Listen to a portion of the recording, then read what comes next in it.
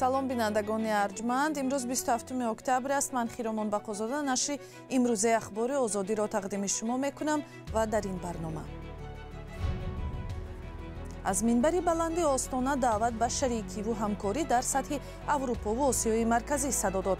оё ин нишаст барои оддӣ шудани равобити Тоҷикистону Қирғизистон кӯмак мекунад? نیروهای اوکراین جنگ‌های سختی را در ولایت جنوبی هرسون پیش‌بینی می‌کنند. از هجوم روسیه به خاک اوکراین بیش از 8 ماه گذشت. گلنازه قربانخان یاوری مهمی زنان و دختران در ناحیه شمس‌الدین شاهین تاکسی ویژه به یاری زنان ساکن ناحیه هم‌مرز افغانستان می‌شتابد. کلین مونده سر رولکشوی که بریم میبرمون مثال توکشوی باشیم دیگه ما تو هیچکی نیستیم همون سوار میشه میریم خیلی با خودت باشه خوبتر نیسته.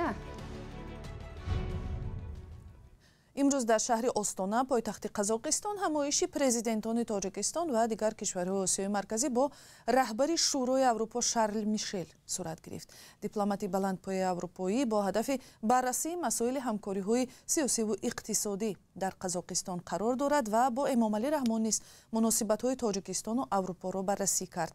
در ملاقات با گفته دفتر مطبوعاتی پرزیدنت تاجیکستان سرمایه‌گذاری و کمک‌ها به کشور بررسی شد.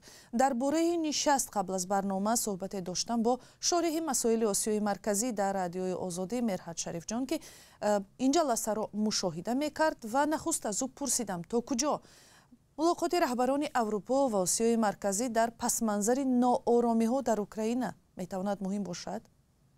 Визит лидера Европейского Союза Шарля Мишеля очень важен. سفر یکی از رهبران اروپایی شارل میشل بسیار مهم است و آن همگی چند هفته بعد یک ملاقات مهم دیگری در استان برپا می شود که در آن رهبران چین و ترکیه اشتراک کردند که دعوای پیشوایی در منطقه را دارند. این ملاقات در پس منظری تا اندازه موقع خود را در آسیای مرکزی از دست دادن روسیه در پی شروع جنگش علیه اوکراین صورت می گیرد. سفر شارل میشل الکی گفت که اتحاد اروپا جنگ در اوکراین را محکوم می کند و این پیام نه اینکه به آسیای مرکزی یا به قزاقستان است. این پیام به روسیه است که از زبان یک رهبری اروپایی از خاک یک کشور آسیای مرکزی صدا می دهد. اتحاد اروپا خواستار تقویت موقعش در منطقه است و هم یادآوری از تحریم های ضد روسیه که ببینید باز برای از این تحریم ها فرار کردن روسیه دست به کار نشود. Поверхностно и помогать России их обходить. Вот такой тоже скрытый сигнал там присутствует. سوال دیگر از مرحت شریف جان این بود که آیا امکان دارد که امامعلی رحمان و صادر جعبارов رئیس جمهوری‌های تاجیکستان و قرقیزستان درباره مناقشه در مرز و راه‌های حل آن صحبت کنند؟ И что касается встречи Рахмона и Джапарова, я думаю, вот эта встреча гораздо این یک سوال مشکل است. اگر ملاقات رحمان و جعبارov برگزار شود، آن مهمتر از ملاقات این دو رهبر با شارل میشل خواهد بود. باید درست درک کنیم که حالا مشکل جهانی تر است و آن به آسیاب پوتین آب می‌ریزد.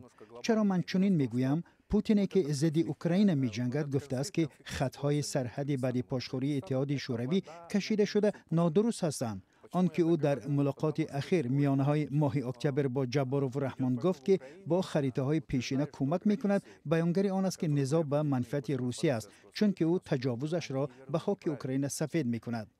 تلاش او از بین بردن تمام خطهای کشیده شده مرزی بعد پاشخوری شوروی است و به اوکراین هجوم قلمروهای را در این کشور از راه رفراندومی ساخته از خود می‌کند و ماجرای میان تاجیکستان و قرقیزستان به او کمک می‌شود که همه سازش‌های مرزی بعد پاشخوری شوروی ایجاد شده را بازبینی کند. Ситуация на границе с Таджикистаном и Кыргызстаном ему помогает показать Западу, что смотрите, не только Украина, Россия. Вот вообще надо все пересмотреть.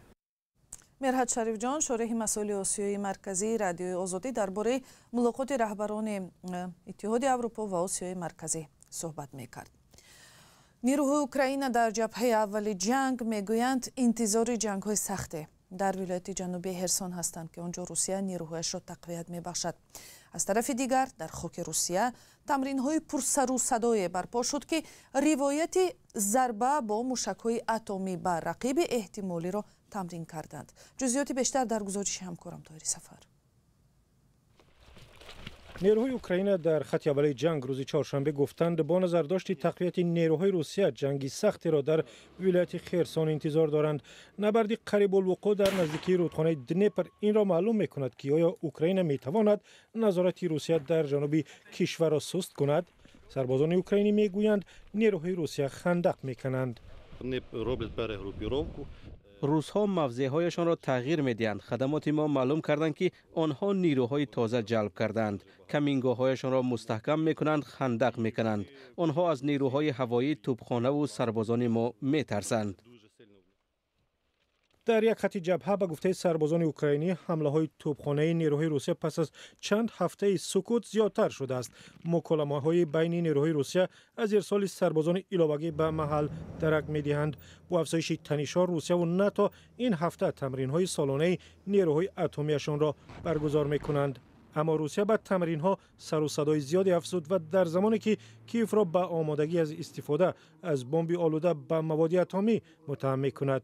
اوکراین و غرب این ادعا را بی اساس و بهانه برای شدت دادن جنگ نامیدند.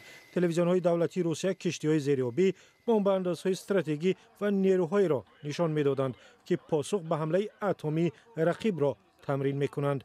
سرگئی شویگو وزیر دفاع روسیه و رئیس جمهور ولادیمیر پوتین گفت نیروها آماده پاسخ دادن هستند.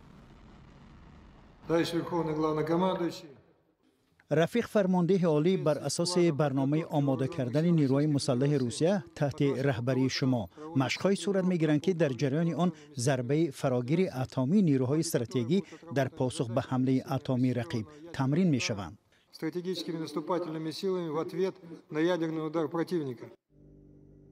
کیف میگوید مسکو با بلند کردن سر و صدا درباره جنگ اتمی میخواهد کشورهای غربی را ترساند تا از حمایت اوکراین دست کشند.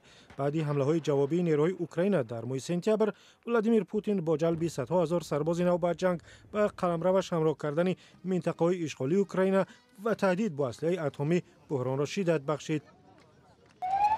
روسیه همین ماه با استفاده از موشک و پهپادهای ساخت ایران ضربه‌ها به اوکراین را زیاد کرد که در نتیجه زیربنیادهای زیادی برقی ویران شدند و باغ و خانه‌های استقامتی هم آسیب دیدند.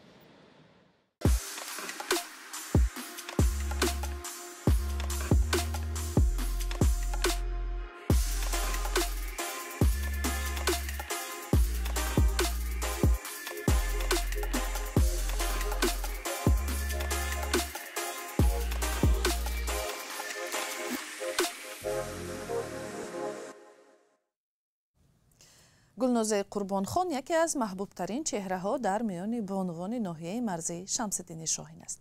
او راننده تاکسی است و اکثر مشتریانش دختران و زنان محلی می باشند.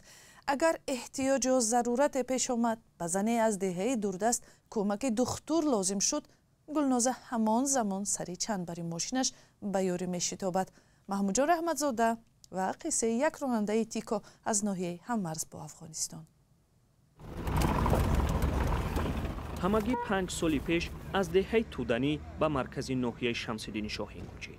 اما زود در بین مردم و به خصوص زنان شناخته شد. آنها صبح بروقت و یا نیمه شب برایش زنگ میزنند و او به کمکشان میشتابد. گلنوزه قربانخان تاکسی میراند. خیلی با زنها خوبتره. بنای اموزی زمانه ندیده. تو یک ماشین بیگونه رسوان نمیگه خیلی زنها کلید مونه 24 ساعت همین خیلی است دست کار مونه بود میکنه سازه چی مونه خدا مودای خوبتره. قهرمانی گزارش ما 28 ساله است. یک دختر 4 ساله دارد. او را گاهی به نزد خوشتامنش میگذارد و گاهی با خود میگیرد. میگوید تاکسیرانی را به او شوهرش یاد داد.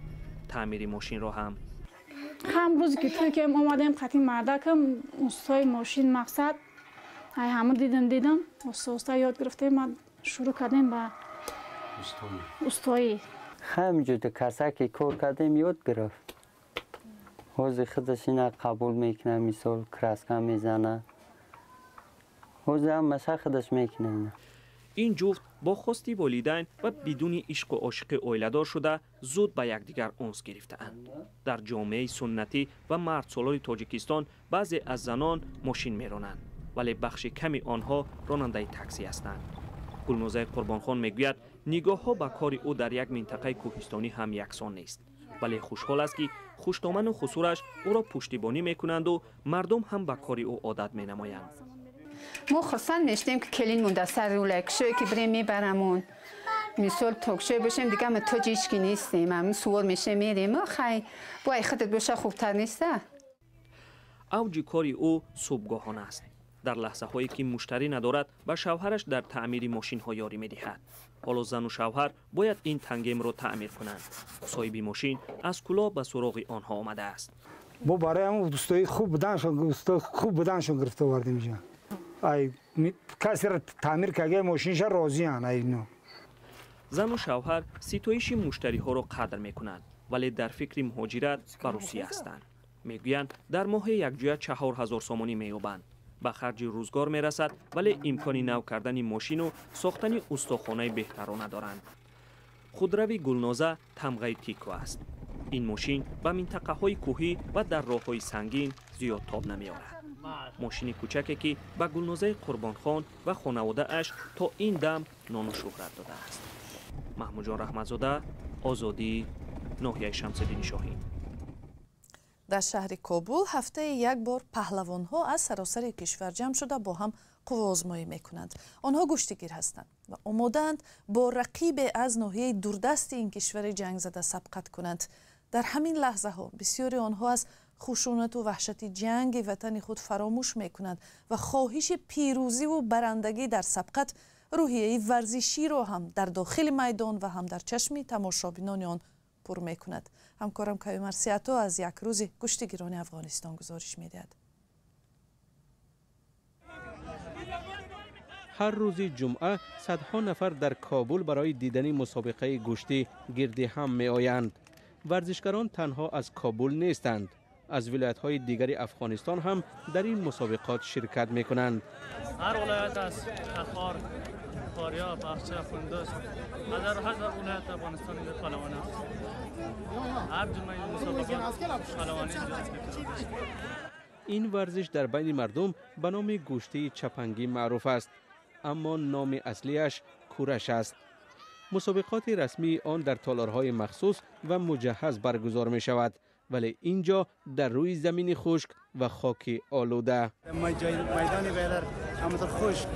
یعنی می‌بینیم بعضی پهلوان‌ها حتی اینجا افگار میشن. امکانات کم داره به خاطر که توشک نداریم بیادر.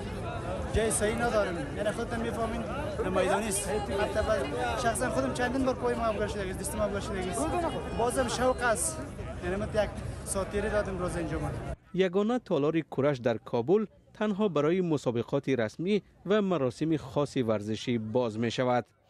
کوشش میکنیم که مسابقات هم که به شکل عنعنوی در چمنها برگزار میشه با حمایت مالی کمیته ملی المپیک و ریاست امید تربیت بدنی افغانستان اینا را داخل سالن فرصت‌ها را برشان مساعد بکنیم. اما روی هم رفته یک ورزش عنعنوی به شکل غیر رسمی هر جمعه.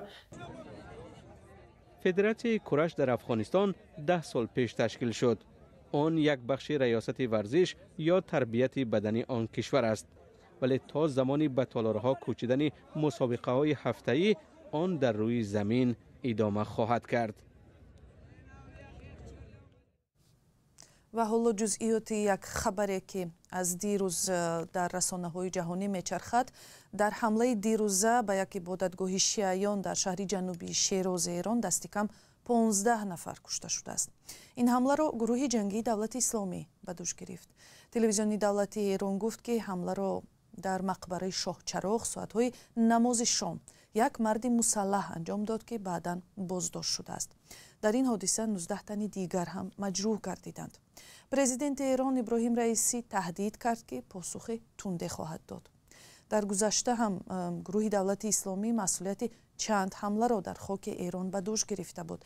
از جمله سال 2017 این گروه ادعا کرد که ترکش‌های در پارلمان و مقبره آیت الله علی خامنه‌ای کاری دست این گروه تروریستی بود.